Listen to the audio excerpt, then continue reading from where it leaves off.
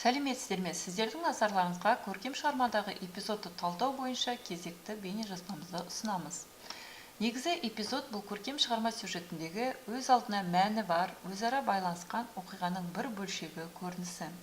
Әр эпизод кейіпкердің белгілі уақыт аралығында өткен қимылын, ісін, екі не одан көп кейіпкерлердің арасында болып жатқан құбылыстардың біткен кезеңін көрсетеді. Эпизод сюжеттің негізгі компоненттеріне сәйкес келуі мүмкін, бірақ көбіне сюжет компоненттері эпизодта өрістемейді, керісінше бірнеше эпизод беріледі. Эпизод кейіпкер характерін ашып, оқиғаны ширата түседі. Көркем шығармадағы эпизод талдауда барлық аспектілерін қамтыған жөн. Атап айтсақ, көркем шығармадағы эпизод шекарасын анықтап, тақырып беру, эпизодқа негізі болған оқиғаны сипаттау, эпизодтағы негізгі кейіпкерлерді атай отырып, олар кім, персонаж жүйесіндегі орны қандай деген мәселеге тоқталу, эпизодтың басталуына ерекшеліктерін табу, сол сияқты аяқталуында қандай ерекшеліктер бар екеніне тоқталу және несімен ерекше екен деген мәселе төңірегінде тоқталу. Автордың көтерген проблемасын, ортаға тастаған сұрағын табу, эпизод негізге жатқан қарама-қайшылықтарды анықтау және сараптау. Эпизодқа қатысушы кейіпкерлерді сипаттау. Бұл тұста кейіпкердің оқиға қатынасын, мәселеге деген көзқарасын, басқа кейіпкерлермен қатынасын, эпизодқа қатысушылардың диалогына анализ жасау, кейіпкерлер сөзіне, мимикасына, іс-әрекетіне деген автор көзқарасын талдау.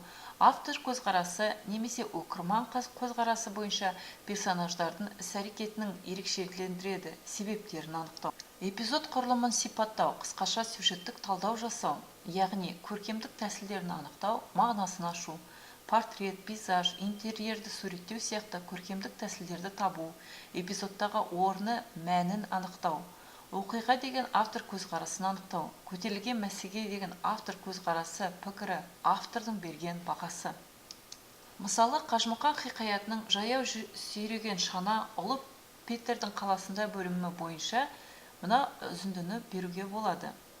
Осы эпизодпен жұмыс түрін бұлай қарастыруға болады. Эпизодқа тақырып қойыңдар, кейіпкердің көңіл күйін байқауға бола-ма? Бұл эпизод арқылы оқиғаның әрі қарай қалай дамитыны байқауға бола-ма? Сонымен қатар, мына үзіндіні беріп, эпизодпен келесі жұмыс түрін ұйымдастыруға болады. Эпизодқа тақырып қойыңдар. Эпизодтағы табиғат сипат арқылы автор не айтқысы келді? Неліктен мұқан жануарларға көмектеседі? Тағы мына бір бөлігін ұсынып, келесі жұмыстың түрін ұйымдастыруға болады. Эпизодқа ат қой, байды сипатта, қожайынның городовой шақырту себебі неде? Саған бұл эпизод қалай әсер етеді? Осылайша, кез келген шығарманы оқыту барысында, оны талдау барысында эпизодпен жұмыс түрін ұйымдастыруға болады.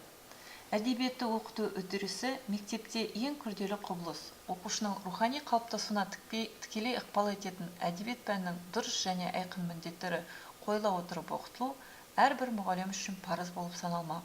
Олай болса, іске сәт.